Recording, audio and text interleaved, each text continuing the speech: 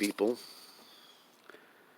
I'm in my 500-degree pool here, and I finished the book. I don't know if you can see that or not.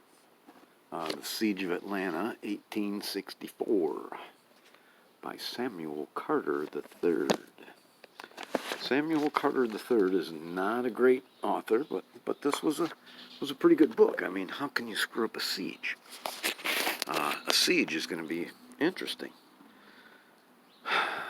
Published in 1973, 402 pages. The siege,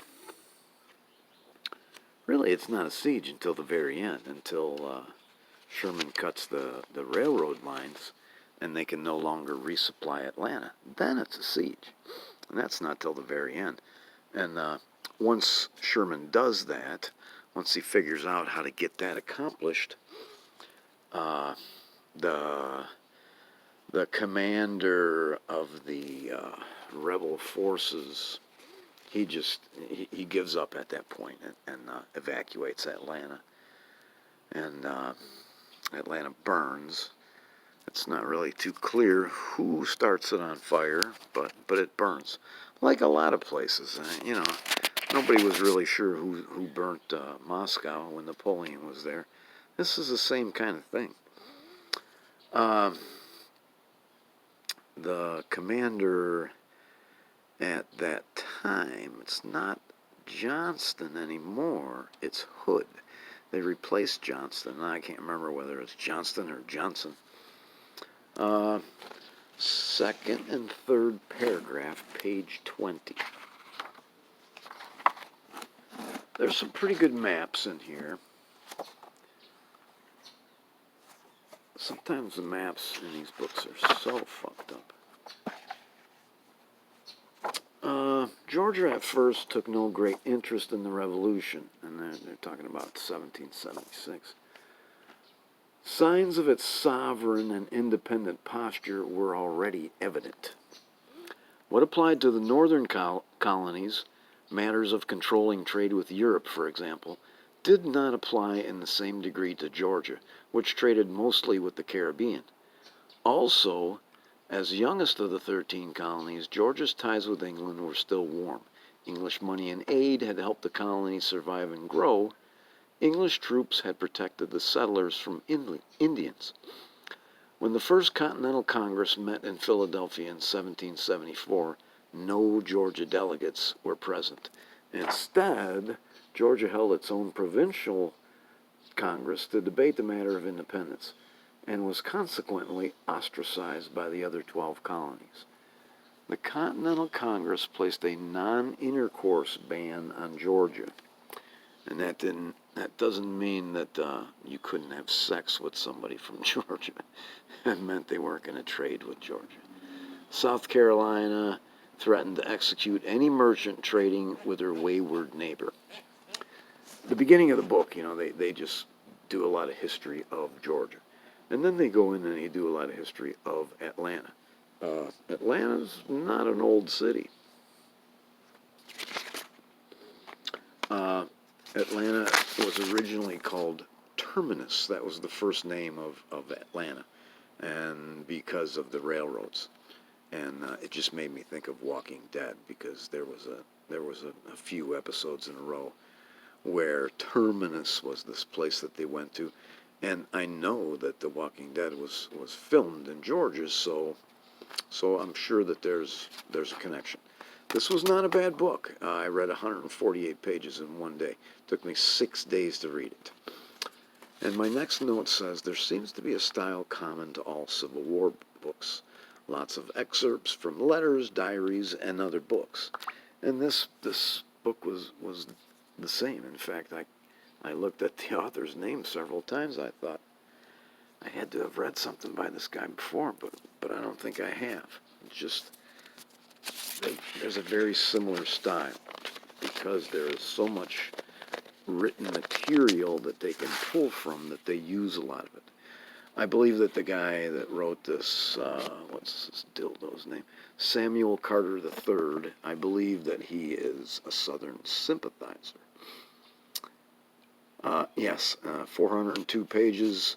On page 201, the Gate City was under siege. There's a,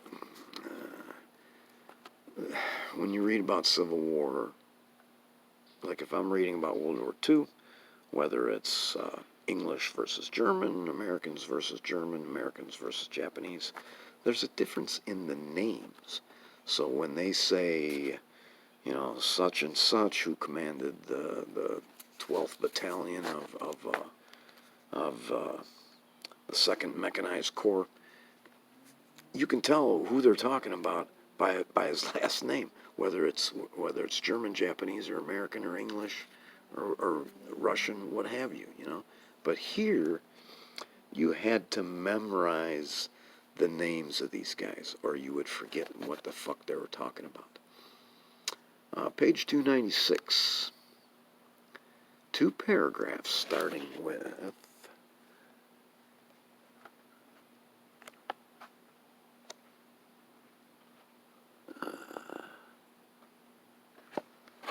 this pool is literally 90 degrees, I bet.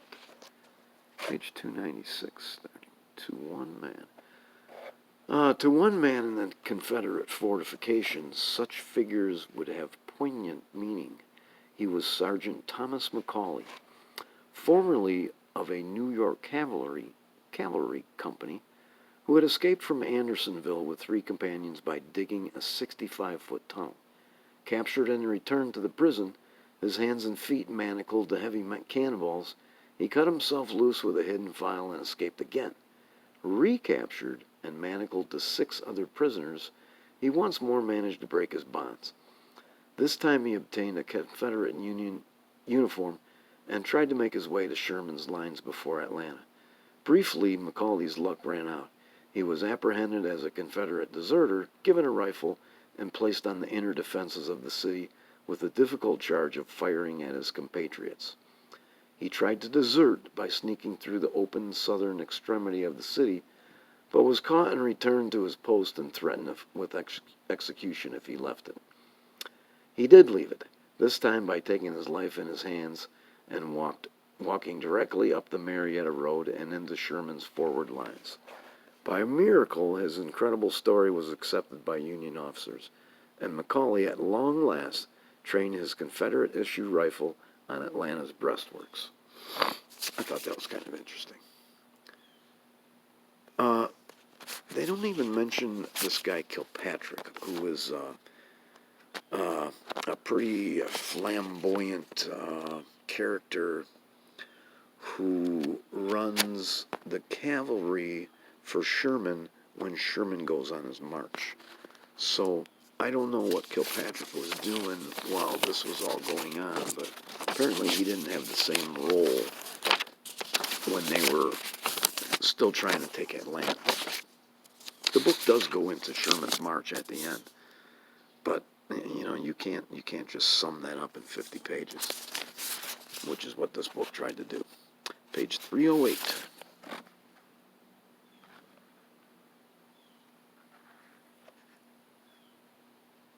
I'm reading another book now, and it's a really good book. I'm actually almost done with it. I finished this one yesterday. The Soldiers Distrusted. Oh, where the hell is that? I don't know if I'm going to be able to find that. The soldiers distrusted everything. They were broken down with their long days, hard marching, were almost dead with hunger and fatigue. They're talking about the Confederate soldiers. Everyone was taking his own course, and wishing and praying to be captured. Hard and senseless marching with little sleep, half rations, and lice had made their lives a misery. It was too much for human endurance. Every private soldier knew that such things as this could not last. There was no hope for them in the future.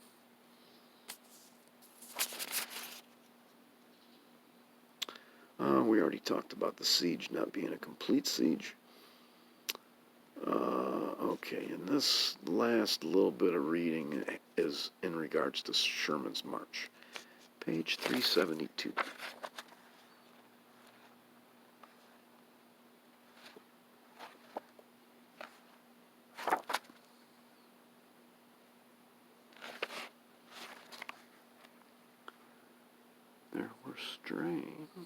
There were strange contradictions in the troops' behavior. Though cautioned against expending bullets, they shot every dog in sight in the belief that hounds had been used to capture escaped prisoners as well as runaway slaves.